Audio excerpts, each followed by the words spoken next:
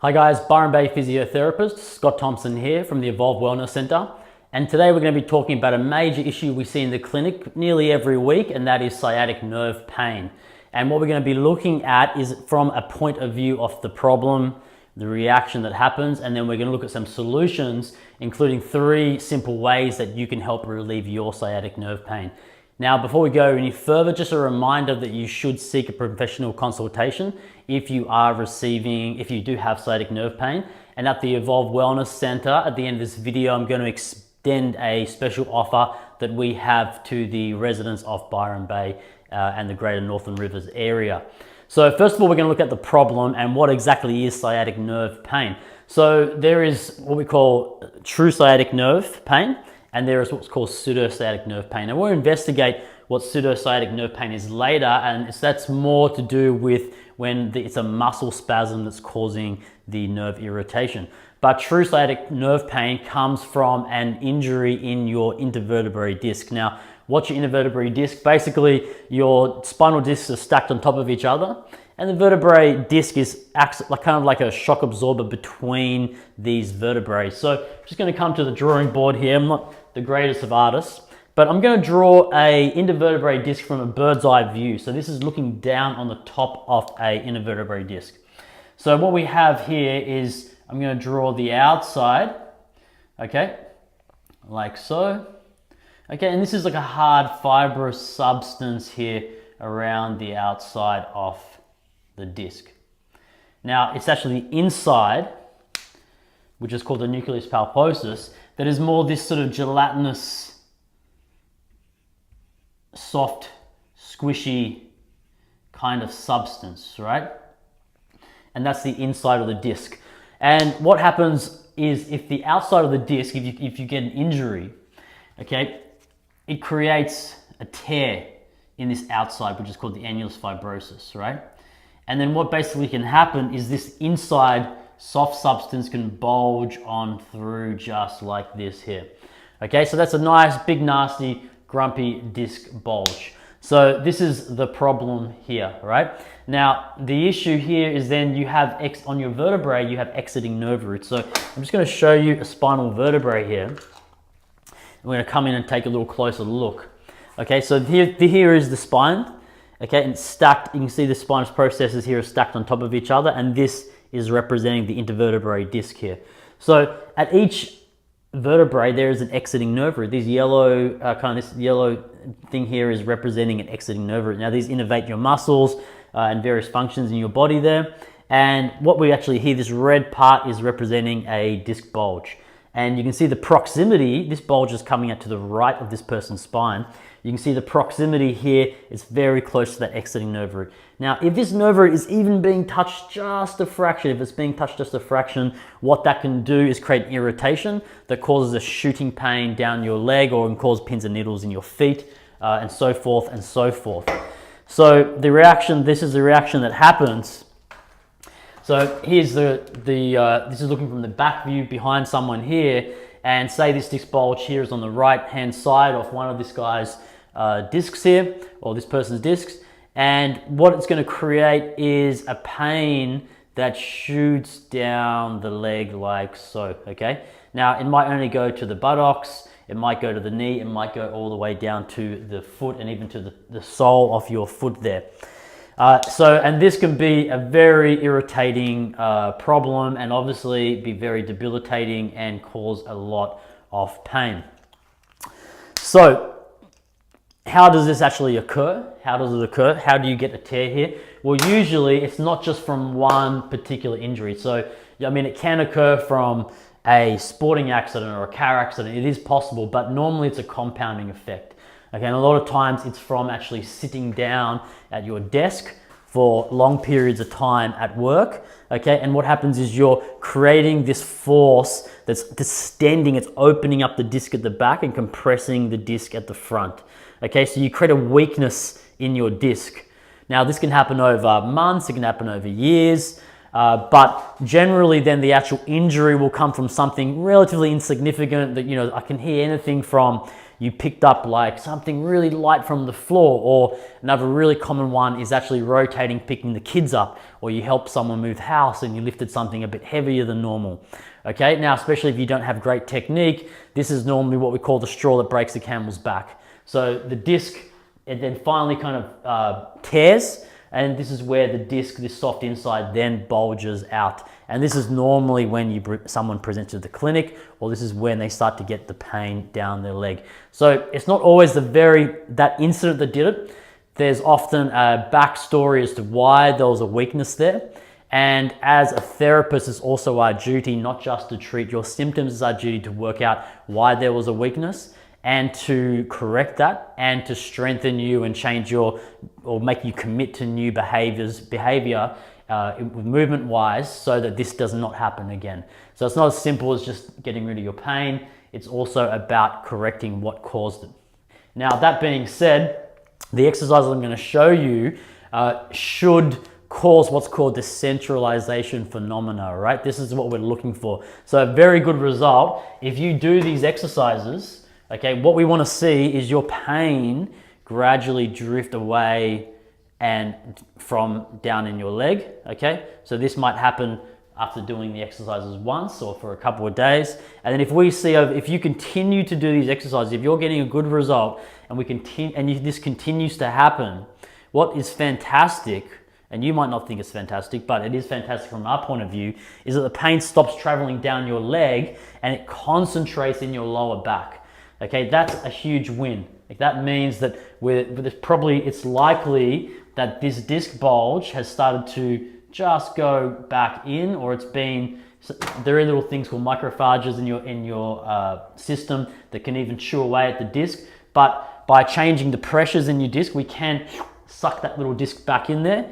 And over time, what we really want to see then, we want to give this disc the opportunity to create some sort of healing over here to prevent this from happening once again.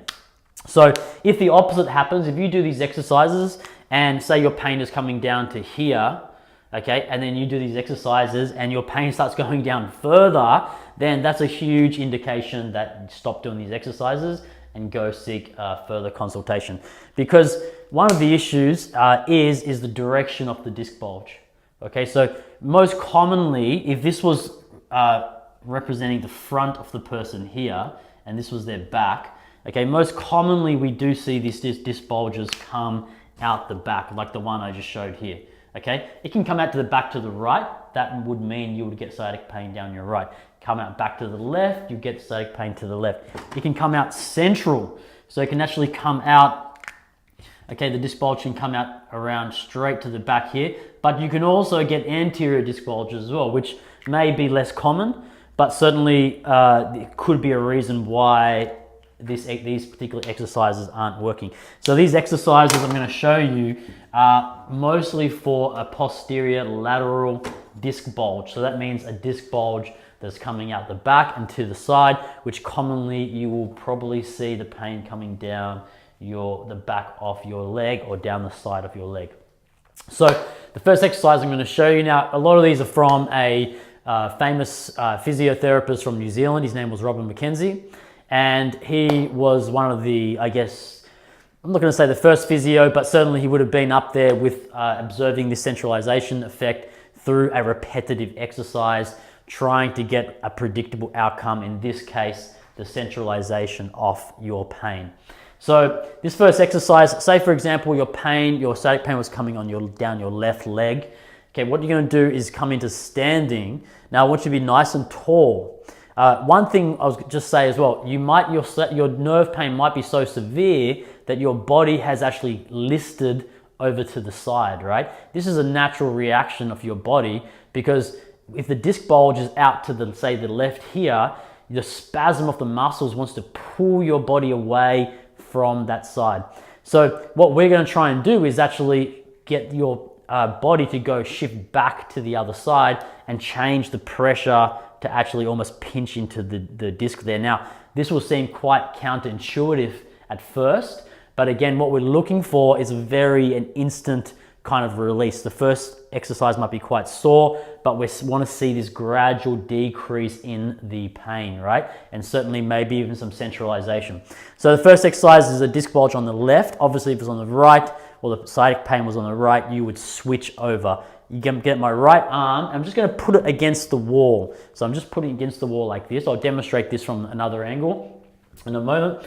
And standing with your heels under your feet, your heels under your hips, and then we want the shoulders over the hips and then your ears over your shoulders. Put your left hand on your hip and this right forearm against the wall. And what we're going to do is just lean your hip into the wall, your right hip into the wall. Now, once we're here, we can then add a little bit of back extension, and my thumb is just going into round about where my tailbone is. Okay, you hold that for a few seconds. It might be very painful, that first one, and you come back out, and you might not have got very far. But what we're going to do is we're going to repeat it maybe 8 to 10 times, right? And you're going to repeat that again. Now, hopefully what happens with you is the second one, you can go a little bit further, and the third one a bit further, and so forth. Okay, so I'll just do that with an imaginary wall here now on my right hand side. So I was right here, and what I did was I leaned, this is my arm against the wall, I leaned into the left side, this is the pain side, and then I did a little slight lean backwards. I held that, came up, and I came back like so. So that's the first exercise there. Second exercise we're going to do down on the floor, and we're going to just change that camera angle up. Okay, now we've got a good view here, and I'm going to show you the next two exercises. Again, we're looking at a disc bulge potentially going down and creating sciatic nerve pain down the left side. So this exercise, the next one I'm going to show you, is commonly called the Cobra. And what we're going to do is, or we can call it Mackenzie back extension, we're going to come into an elbow prop. Okay, so again, this might be even quite painful for you, right? And what you might want to actually use is a pillow under your tummy. So if you're in a very acute stage, right? So if you're in a stage where you're in a lot of pain, it might even be hard for you to get on your tummy. But this position can be therapeutic, it's in itself. Okay, so if you put that under your tummy and just lie down like this, again, even though it causes pain initially, this might, over time, this would be potentially a very therapeutic position. So if you just lie here, get comfortable, okay, and then when you feel like you're able to, you're just going to prop yourself up on your elbows. So get your elbows under your shoulders.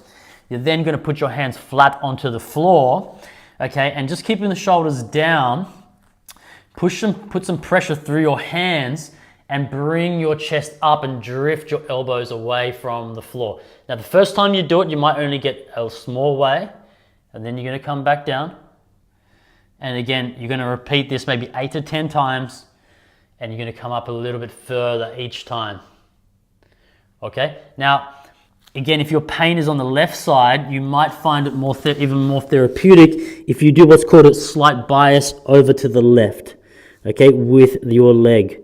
Okay, same thing again, elbow prop, and again, we're closing down into the disc bulge and coming back down. Okay, that could be a great exercise. Now, if you couldn't get on your elbow, but also another great exercise, we call this the single leg kick. Okay, now this is a clinical Pilates exercise. What you do is you bring your left leg out to the side, okay, and you bend your left knee to about 90 degrees. You lift your knee off the floor, you stretch it out, and you bring it back down. And again, you repeat that 8 to 10 times. And if that's getting easier and you feel like your pain is centralizing, then you may repeat that also as well. Now, you would want to do these exercises at a regular interval, okay? So, or regular intervals throughout the day. Especially if it is creating that centralization effect of the pain. Okay, so I hope that helped, guys. That was 3 exercises to help relieve your sciatic nerve pain. And now I'm going to talk about the offer we have here at the Evolve Wellness Center. So we're offering a very special consultation here called the Better Back Spinal Care Consultation. So what this basically is a consultation where we're going to look at your back, and we are going to give you and your condition, and we're going to give you a clear we're going to let you understand the clear cause of your pain or your sciatic nerve pain. So certainly we can differentiate between if it's a disc bulge, if it's pseudosciatica, and also we're going to look at the reasons why you had got this disc bulge. Why did it happen? Okay, which is very, very important. We're then going to show you some simple techniques for self-management, very similar to what we did here today, but of course in more detail and more specific to what your problem is. And the last thing we're going to do is we're going to lead you, give you the confidence. We're going to let you gain the confidence with what you need to do, how you need to manage this, okay? And what you need to do in order so this does not happen again. So it's never as simple as you might think. A lot of times you hear these, you see these infomercials on TV, these wonder solutions. Oh, I just got this brace and I put it around my knee here and it took away my sciatic pain. No. This stuff is like completely Band-Aid solutions. They don't work. And they're just there to fool you, to get you to buy into getting this quick magic bullet. This is real, scientifically proved, and also it is going to, like I said, you need the information. You need to know how to manage, how to move better, what caused your pain. These are real solutions, right? So thanks for watching, guys. I hope you got something out of it, and I hope we can, I don't hope I see you at the Evolve Wellness Center, certainly maybe for our Pilates, but it would be fantastic if we could help you out with this problem. See you soon.